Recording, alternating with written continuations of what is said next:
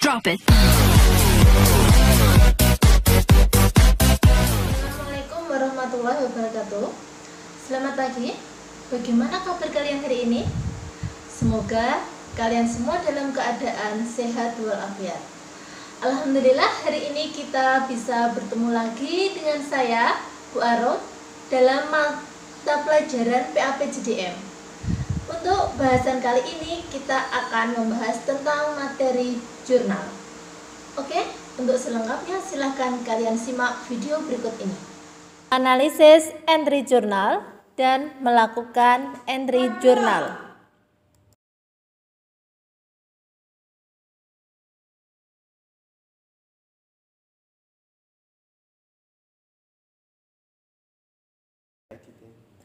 Tujuan pembelajaran kita kali ini yang pertama, 1. Menjabarkan definisi jurnal dan fungsinya dengan tepat.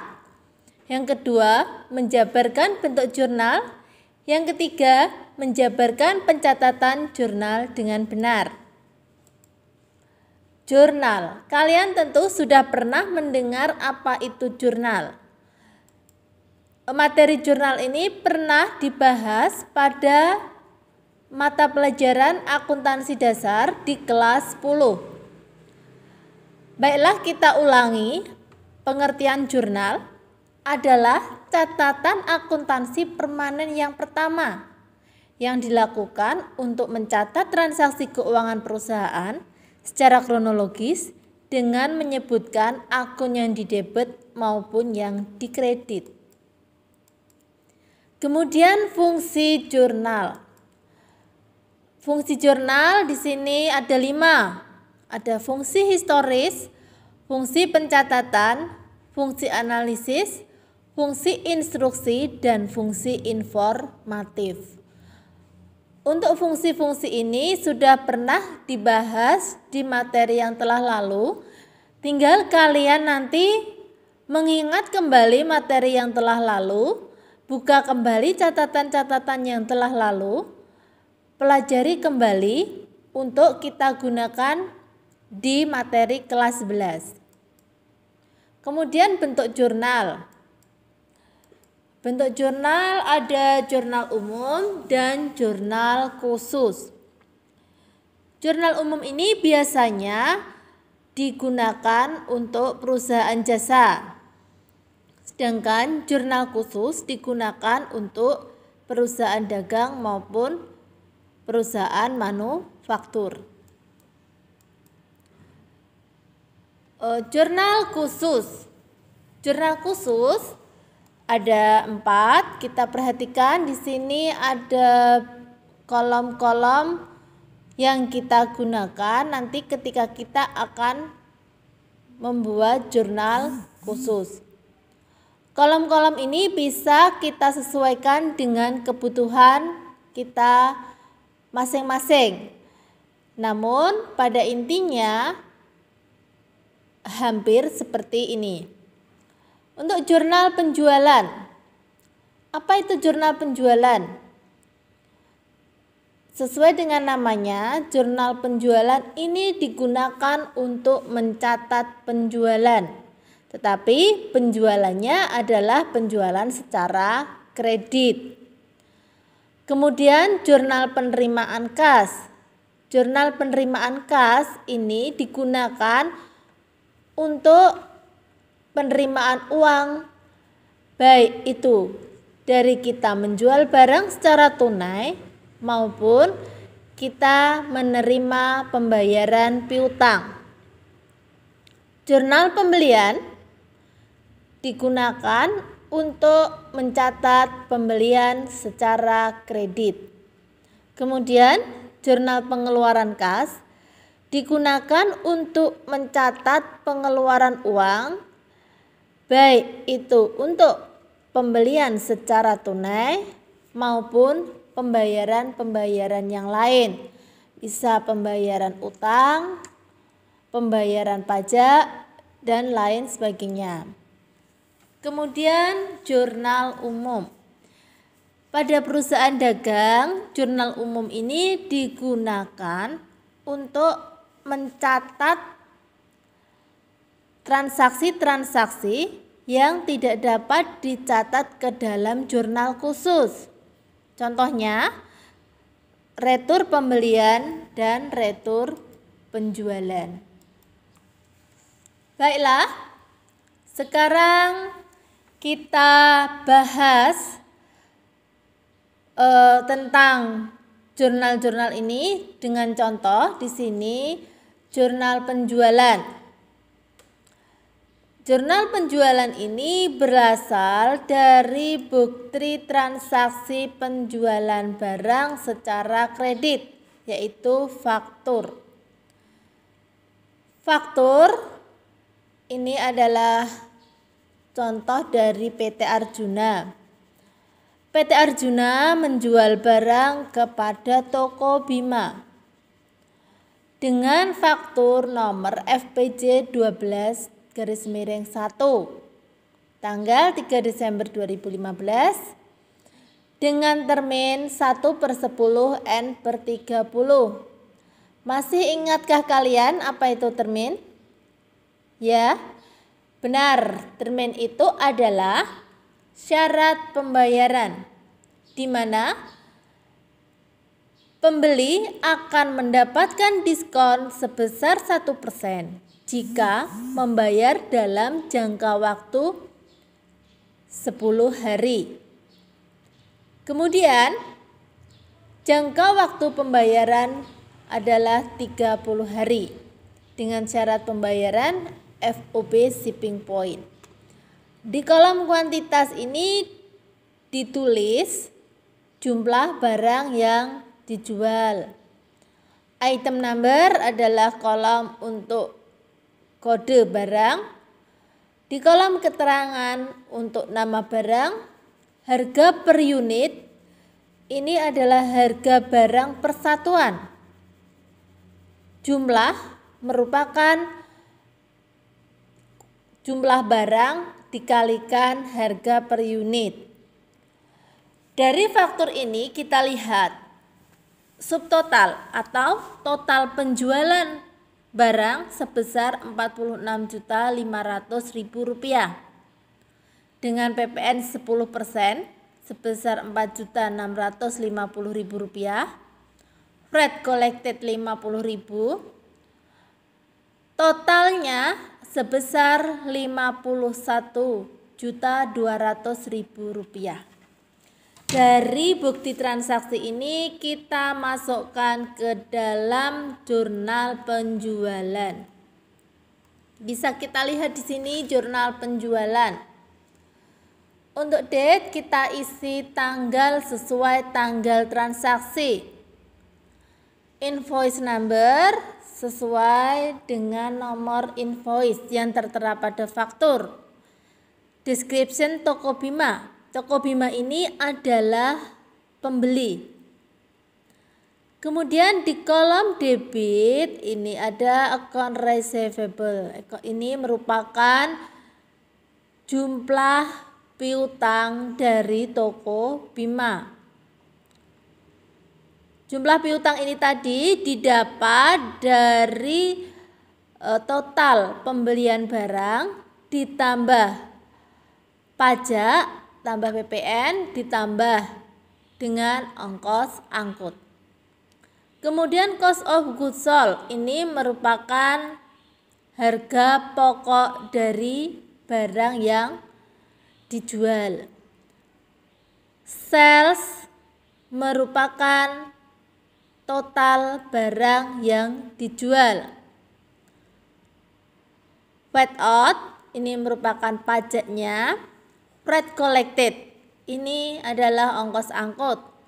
Merchandise inventory merupakan harga pokok barang yang dijual. Di sini dibedakan antara cost of goods sold dan sales. Sales itu harga barang. Kalau cost of goods sold itu harga pokok. Berbeda jadi ya. Sama-sama ini mirip tapi ini berbeda. Setelah kita selesaikan semua yang berhubungan dengan sales journal, lalu kita buat rekapitulasi. sesuai dengan nomor-nomor akunnya. Di sini sebagai contoh, akun receivable dengan akun 1/1210 dengan jumlah Rp141.110.000 kita masukkan di kolom debit. Setelah kita masukkan semua rekapitulasinya, kita total di bawahnya. Kemudian untuk yang kedua, kita masuk ke jurnal penerimaan kas. Jurnal penerimaan kas ini bukti masuk yang dimiliki oleh PT Arjuna yang diterima dari toko Nakula sebesar Rp21.800.000. Ini merupakan pelunasan piutang atas penjualan tanggal 25 November 2015 dengan rincian piutang 22 juta rupiah, potongannya sebesar Rp200.000.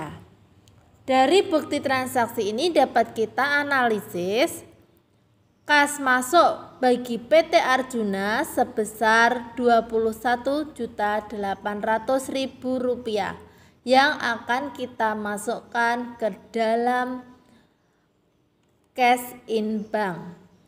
Ini kita lihat di sini. Tadi penerimaan uangnya kita catat di kolom cash in bank di sebelah debit. Kemudian sales diskonnya di sebelah debit sebesar Rp200.000. Akun receivable ini merupakan jumlah piutang toko Nakula sebesar Rp22 juta. Dari cash receipt journal ini kita buat rekapitulasi. Caranya sama dengan ketika melakukan rekapitulasi di jurnal penjualan. Kita cari per akun, lalu kita cari jumlahnya, setelah itu kita total di bawahnya. Kemudian yang ketiga, purchase journal atau jurnal pembelian. Ini digunakan untuk mencatat pembelian secara kredit. Di sini di pembelian secara kredit ini kita PT Arjuna membeli dari PT Permata dengan nomor faktur PMT-132 tanggal 5 Desember 2015 dengan termin 2/10N/30. Syarat FOB shipping point. Langsung saja kita ke subtotal. Subtotal Rp24.600.000. Ini merupakan jumlah barang yang kita beli. Kemudian PPN 10% sebesar Rp2.460.000. Biaya angkut Rp500.000. Sehingga total biaya keseluruhan total pembelian secara keseluruhan Rp27.560.000. Dari transaksi ini kita masukkan ke dalam jurnal seperti ini.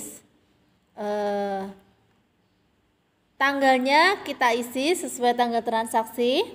Invoice number kita isi dengan nomor faktur. Description PT Permata. Description ini berisi tempat kita membeli barang. Kemudian freight paid ini merupakan ongkos angkut di sebelah debit. Freight in juga di sebelah debit sebesar Rp2.460.000.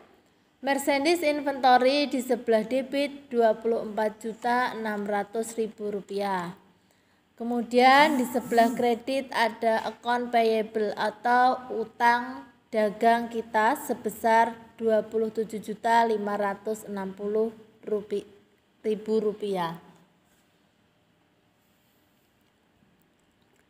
Kemudian setelah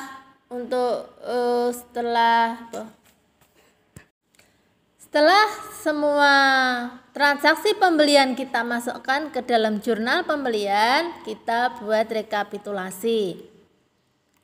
Kemudian yang keempat, kita masuk ke jurnal pengeluaran kas. Jurnal pengeluaran kas ini ada bukti kas keluar yang dikeluarkan oleh PT Arjuna dengan nomor bukti atau evidence number BKK 12-1, nomor cek C12-2, tanggal 1 Desember 2015. Di sini PT Arjuna melakukan pembayaran utang kepada PT Permata sebesar Rp48.600.000 dengan rincian hutang Rp49.500.000 karena masih dalam masa potongan mendapatkan potongan sebesar Rp900.000.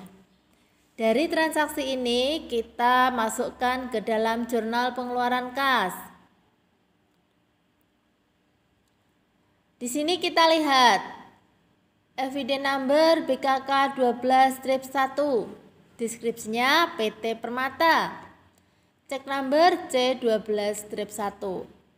Account payable ini merupakan utang kita kepada PT Permata atau utang PT Arjuna kepada PT Permata sebesar Rp49.500.000 di kolom debit.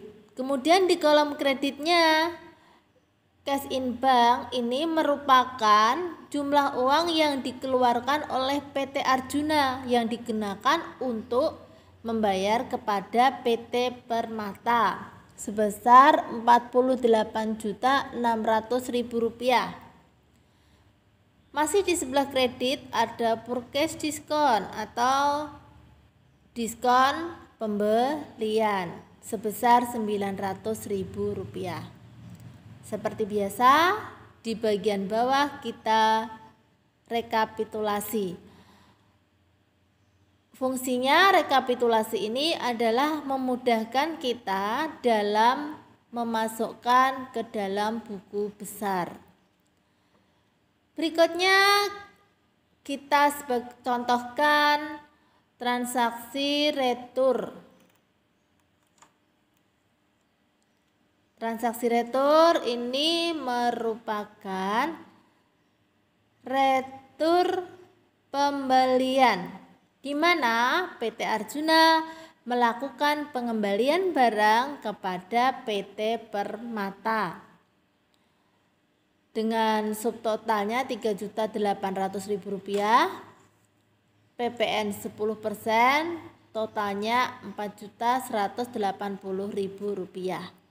Langsung kita lihat ke jurnalnya. Di sini kita lihat account payable ini merupakan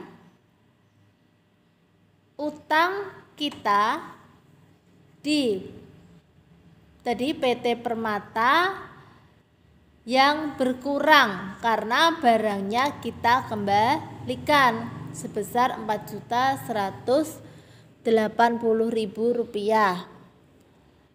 Untuk merchandise inventory di sebelah kredit ini merupakan barang dari PT Arjuna yang berkurang karena dikembalikan kepada PT Permata sebesar Rp3.800.000. VAT in ini merupakan pajaknya. Sampai di sini, jika ada yang belum jelas, silahkan kalian bisa bertanya.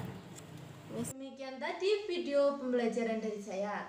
Jika ada materi yang kurang jelas, silahkan kalian bisa menghubungi saya secara pribadi melalui WhatsApp maupun email. Semoga materi yang saya sampaikan dapat menambah pengetahuan bagi kalian. Dan jangan lupa dikerjakan tugas-tugas yang sudah saya berikan. Wassalamualaikum warahmatullahi wabarakatuh.